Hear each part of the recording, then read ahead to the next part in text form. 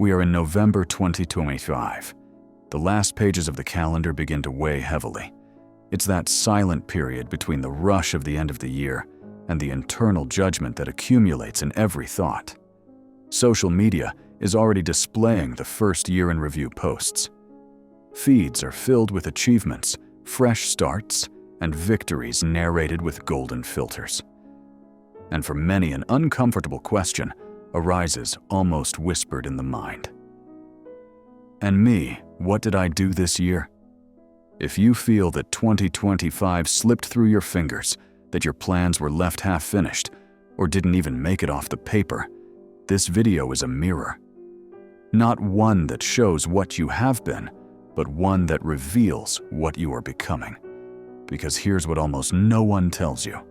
That feeling of failure crushing your chest right now. It might not be failure at all. It might be something far more profound, trying to break through the surface of your consciousness. Something that's been buried so deep, you've forgotten it was there. There's a concept in depth psychology that changes everything once you understand it.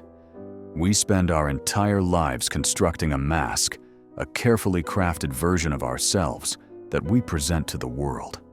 The successful person, the strong person, the person who has it all together. This mask has a name, the persona. And 2025 wasn't the year you failed. It was the year your persona started to crack. What if every goal you didn't reach, every plan that fell apart, every moment you felt like you were falling behind? What if none of that was actually about failure? What if it was your unconscious mind staging a rebellion? What if something deeper in you, something more authentic, was refusing to continue the performance? Have you ever felt like you're living someone else's life? Like you're performing in a play you never auditioned for? Like there's a version of you beneath all the accomplishments and expectations that's suffocating, screaming to be seen? That's not failure. That's awakening. This video isn't here to motivate you. It's here to initiate you. We're not going to talk about goal setting or productivity hacks or how to bounce back stronger. We're going to descend into something far more important. The shadow, the parts of yourself you've been taught to reject, deny, and hide.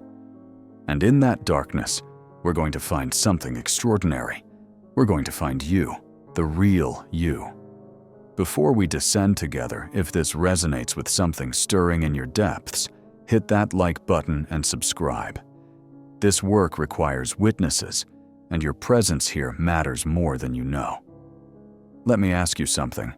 How many of the goals you set for 2025 were actually yours? Not the goals you thought you should have. Not the goals that would impress your family, your colleagues, or strangers on the internet. Not the goals that fit the image of success you've been sold since childhood. But the goals that came from that quiet, authentic voice inside you that rarely gets to speak. If you're honest, the answer might disturb you. We construct this persona, this social mask, starting from the moment we realize that certain parts of us are acceptable and certain parts are not. The child who gets praised for being quiet learns to suppress their wild energy. The teenager who gets mocked for being sensitive learns to hide their emotions. The young adult who sees success defined as constant productivity learns to pathologize their need for rest. Layer by layer, year by year, we build this false self. And we build it so well that we forget it's a mask at all. We start to believe we are this person, the high achiever, the responsible one, the person who never breaks down. And then something happens. The mask starts to crack. Maybe it happens slowly, a creeping sense of emptiness that follows you through your days. Maybe it happens suddenly, a breakdown that seems to come from nowhere. But it happens. And when it does, we call it failure. But here's the truth that depth psychology has known for over a century. The persona doesn't fail because you're weak. It fails because it was never meant to be permanent. It fails because underneath that mask, your true self has been suffocating, and it will only stay silent for so long. Every moment in 2025, when you couldn't get out of bed, when you sabotaged your own progress, when you felt paralyzed by some invisible force that wasn't laziness. That wasn't lack of discipline. That was your psyche saying, "Stop. This path is killing you. This isn't who you are." The unconscious mind doesn't speak in logical arguments. It speaks in symptoms, in self-sabotage, in what we call failures, but are actually last-ditch efforts to redirect you toward your authentic life. Think about it. That business you couldn't bring yourself to start. What if it wasn't actually your dream, but someone else's definition of success? That relationship you couldn't commit to. What if your unconscious knew something your conscious mind refused to see? That discipline you couldn't maintain. What if your body was rejecting the tyranny of perfection? This is where we encounter something profound and uncomfortable: the shadow. The shadow is everything you were taught to reject about yourself, everything that didn't fit the image of who you were supposed to be. It's not evil, though we often fear it as such. It's simply the parts of you that got exiled from consciousness because they threatened your social survival. And here's what makes this so devastating. The shadow doesn't disappear just because you ignore it. It lives in the unconscious, growing stronger, more insistent, and eventually it will make itself known. Through anxiety, through depression, through the strange, inexplicable ways you sabotage the very things you say you want. In 2025, your shadow was rising. Every failure, every moment of resistance, every inexplicable blockage, these were the shadow trying to be integrated. And because you didn't know how to read these signals, you called them failures and added them to the evidence that something is fundamentally wrong with you. But nothing is wrong with you. You're just living the wrong life. There's a profound statement in depth psychology. Until you make the unconscious conscious, it will direct your life and you will call it fate. Read that again. Until you make the unconscious conscious, it will direct your life and you will call it fate.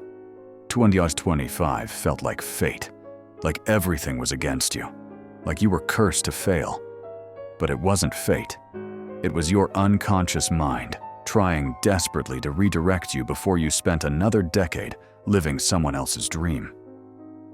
Now we descend deeper, because understanding that you have a shadow is one thing. Meeting it face to face is another entirely. The shadow forms early. It forms every time a caregiver says, "Don't cry," or "Be nice," or "Stop being so sensitive." It forms every time society tells you that ambition is masculine and nurturing is feminine, that success means constant productivity and rest means laziness. It forms in every moment you learned that parts of you were unacceptable, and so you split. You took the acceptable parts and built them into your persona, your mask, and you took the unacceptable parts and shoved them down into the basement of your psyche, locked the door, and tried to forget they existed. But they didn't stop existing. They've been down there this whole time, banging on the walls, trying to get your attention. Let me introduce you to the 4 faces of your shadow, the 4 archetypal patterns that probably destroyed your 2025 without you even realizing it. The first is the wounded child. This is the part of you that never felt good enough, that carries the ancient shame of not being loved exactly as you were. This archetype sabotages success because deep down it doesn't believe it deserves good things. It whispers, "Why bother? You'll just mess it up anyway." People like us don't get those kinds of opportunities. Did you start projects this year only to abandon them halfway through? Did you get close to a breakthrough and then inexplicably pull back? That was the wounded child protecting you from the pain of hoping and being disappointed again. The second face is the rebel. This is the part of you that resents authority structure and expectations. It's the part that refuses to be controlled even by your own goals. The rebel destroys discipline, not from weakness, but from unconscious rage at being told what to do, even when you're the one doing the telling. Did you sabotage your own routines this year? Did you procrastinate on the very things that would help you? That was the rebel staging a revolution against a life it never chose. The rebel would rather burn everything down than continue living in a prison, even a comfortable one. The third face is the critic. This is the internalized voice of every person who ever judged you, every standard you couldn't meet, every time you weren't enough. The critic doesn't motivate you toward excellence. It paralyzes you with shame. It turns every mistake into evidence of your fundamental unworthiness. Did you beat yourself up relentlessly this year? Did every setback feel like proof that you're broken? That was the critic replaying old trauma disguised as self-improvement. And the fourth face is the wild one. This is the part of you that wants to break free, take risks, live differently. It's your vitality, your creative chaos, your refusal to be tamed. But we've been taught to fear this part, to call it irresponsible, impulsive, dangerous.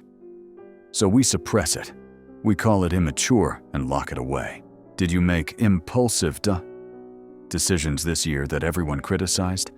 Did you feel most alive in the moments everyone else called mistakes?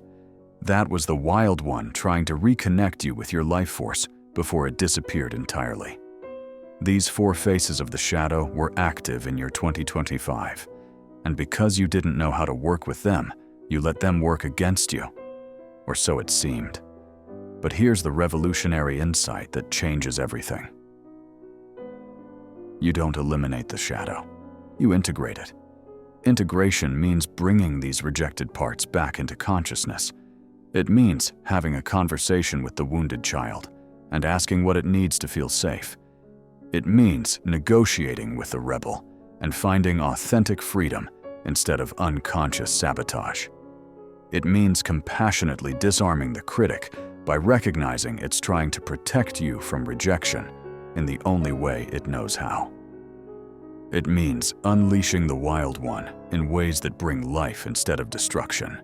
This is the work. This is the real work. Not affirmations or vision boards or forced positivity, but the difficult, uncomfortable, transformative work of meeting the parts of yourself you've been running from your entire life. And there's more. There's another layer to this that most people never discover. Within you lives a contrasexual archetype. For men, it's called the anima, the inner feminine. For women, the animus, the inner masculine. These represent the parts of the psyche we suppress because they don't align with societal gender expectations. If you're a man who's been taught that success means domination, control, and constant achievement, your anima holds the suppressed qualities of intuition, receptivity, and emotional depth. Your 2025 might have fallen apart because you were forcing when you needed to receive. You were conquering when you needed to surrender. You were achieving when you needed to feel. If you're a woman who's been taught that your value lies in accommodation, nurturing, and selflessness, your animus holds the suppressed qualities of assertion, boundaries, and healthy ambition. Your 2025 might have collapsed because you were shrinking when you needed to expand. You were accommodating when you needed to claim space. You were softening when you needed to sharpen. True wholeness requires both, the masculine and feminine in balance, the achiever and the receiver, the warrior and the lover. Your failures this year might have been your psyche's desperate attempt to restore balance, to stop you from living so one-sidedly that you lose touch with half of your humanity. And finally, we come to the most important distinction, the difference between the ego and the self. Your ego is the conscious part of you. It's the I that wakes up every morning and makes decisions and tries to control your life. Your ego looked at 2025 and said, I failed. I'm behind. I'm not enough. But the self, capital S, is the totality of who you are. It includes the conscious and unconscious, the light and shadow, everything you are and everything you're becoming. And from the perspective of the self, 2025 wasn't a failure at all. It was necessary. It was preparation. It was the death that precedes rebirth. So how do we actually do this? How do we move from understanding to transformation? There's a practice called active imagination. It's a method of dialoguing with unconscious contents, treating them not as problems to fix, but as parts of yourself trying to communicate. Here's how it works. Sit quietly with one of your so-called failures from 2025. Don't analyze it. Don't try to solve it. Just feel it. Notice where it lives in your body. Notice the emotions that arise. Now imagine this feeling as a person standing in front of you. Give it a form. What does it look like? How does it stand? What expression is on its face? And then ask it a simple question. What do you need me to understand? Then write. Write whatever comes, without censoring, without judging. Let this part of you speak. And when it's done, respond. Have a conversation. Keep going until something shifts, until insight emerges, until you feel a sense of resolution, or at least understanding. This isn't therapy. This is deeper. This is befriending the parts of yourself that have been in exile. This is integration. Now let's do a different kind of audit of your year, not based on achievements, but on archetypal patterns. Look back at 2025 and ask, which archetype dominated my year? Was I the warrior constantly fighting and conquering? Was I the victim feeling powerless and defeated? Was I the sage overthinking and avoiding action? Was I the child avoiding responsibility? And then ask, which archetype was starving? If I was all warrior, where was my lover, the part that receives and enjoys? If I was all caregiver, where was my sovereign, the part that leads and decides? If I was all achievement, where was my fool, the part that plays and explores without purpose? Your failures happened at the intersection of archetypal imbalance. You were living too much in one energy, and your psyche was trying to correct course. Here's another question, and this one might break you open. What part of your shadow was activated by each major setback? That business that didn't launch what fear was underneath it. The wounded child's fear of being seen and judged. The rebel's refusal to play by capitalism's rules. The critic's conviction that you weren't qualified. That relationship that ended. What truth was your shadow revealing? That you were performing instead of being authentic. That you were choosing safety over passion. That you were betraying your own needs to keep peace. Every failure is a symbolic message from the unconscious. And until you learn to read the symbols, you'll keep repeating the same patterns and calling them bad luck. Now we rewrite the hero's journey. The conventional hero conquers obstacles and emerges victorious. But that's not the journey depth psychology describes. The true hero descends into darkness, dies an ego death, and is reborn, transformed. You're not a failed hero. You're a hero in the descent phase. And this phase is not optional. You cannot skip from innocence to wisdom. You have to go through the underworld first. So what needed to die in 2025, be honest? What old identity had to fall away? What false ambition had to crumble? What toxic pattern had to be exposed? What fantasy of who you should be had to be buried? This death was necessary. This death was preparation. The ground had to be cleared before anything new and authentic could grow. Here are 4 practices for daily integration. First, the shadow journal. Every evening write 3 sentences. Today the part of me I rejected was, and name it. Then, what it was trying to protect me from was, and explore the fear underneath. Finally, how I can honor this part is, and commit to one small act of integration. Second, the persona check. At the end of each day, ask yourself, how much of today was me performing versus being? When did I feel most alive even if I wasn't productive? Tomorrow, one small act of authenticity will be, and name something you'll do from your true self instead of your mask. Third, the archetype. Dialogue. Once a week, identify which archetype dominated your days. Then write a letter from its opposite. If the achiever ran the week, let the dreamer write. If the responsible one was in charge, let the wild one speak. See what wisdom emerges from the suppressed energy. Fourth, pay attention to your dreams. The unconscious is loudest when the conscious mind is asleep. Keep a journal by your bed. Note recurring symbols, feelings, characters. Ask yourself, is my unconscious trying to redirect me? This is the path of individuation, becoming who you truly are. Not who you think you should be, not who society demands, but who you are at the deepest level of your being. And here's the paradox. You don't create yourself.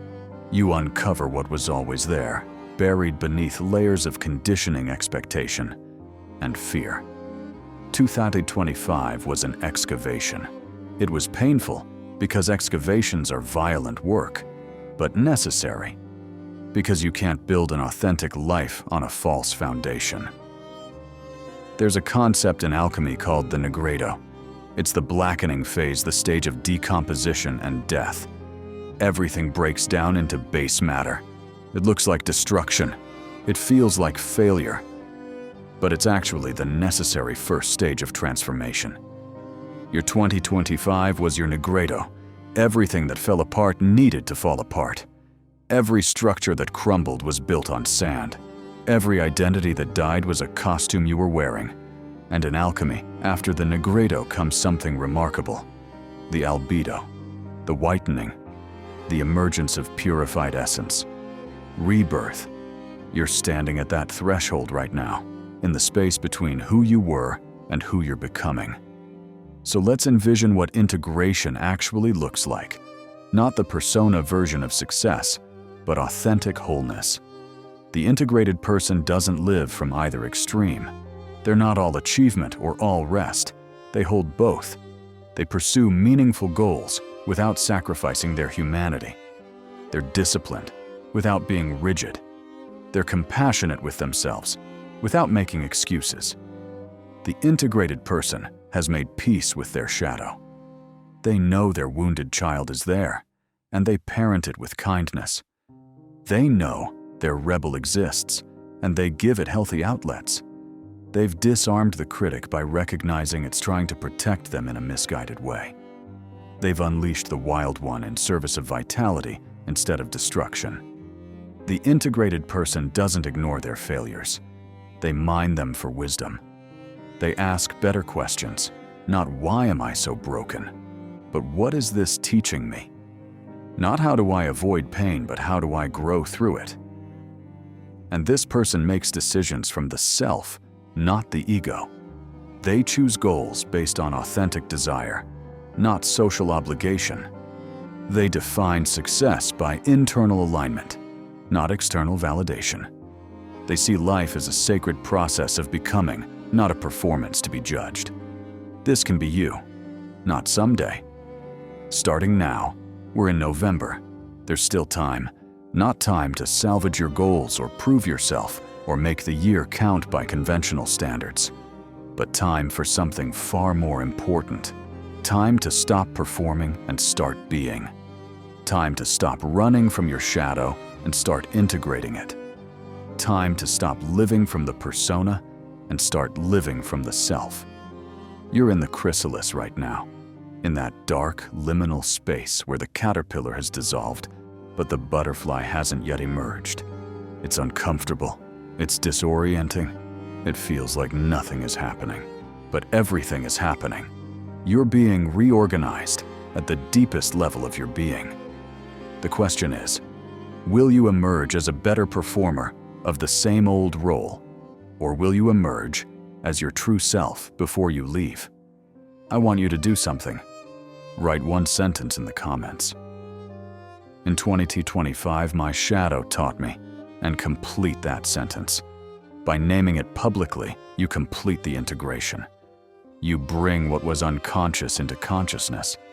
And in that moment, it loses its power to control you and becomes instead a source of wisdom. This work we've done today, this isn't the end. It's the beginning. If you want to go deeper into practical shadow work and Jungian wisdom for daily life, I've created 2 resources. Beyond the Shadow breaks down these concepts in depth. Dialogues with the Unconscious gives you a 30-day path to apply them. Both are linked in the pinned comment. And here's the truth I need you to hear before you go. 2025 didn't fail you. It freed you. Every loss cleared space for something authentic. Every breakdown was a breakthrough in disguise. Every moment you thought you were falling behind, you were actually being redirected toward your real path. You now have something most people never find. You have a glimpse of your shadow. You have a call from yourself. You have an invitation to stop living someone else's life and start living your own. This isn't about salvaging a lost year. This is about beginning the most important journey of your life. The journey from the false self to the true self. From the persona to the soul. From performance to presence. There's a statement that bears repeating. Until you make the unconscious conscious, it will direct your life, and you will call it fate. You don't have to call it fate anymore. You can call it by its real name, transformation. The next video continues this journey. We go even deeper into the practical application of these principles. Don't stop now. Your true self is waiting, and it's been waiting your whole life. Share this video with someone who's been too hard on themselves this year. Sometimes the most radical act of love is showing someone that their failure might be their salvation. Now go, descend, integrate, become.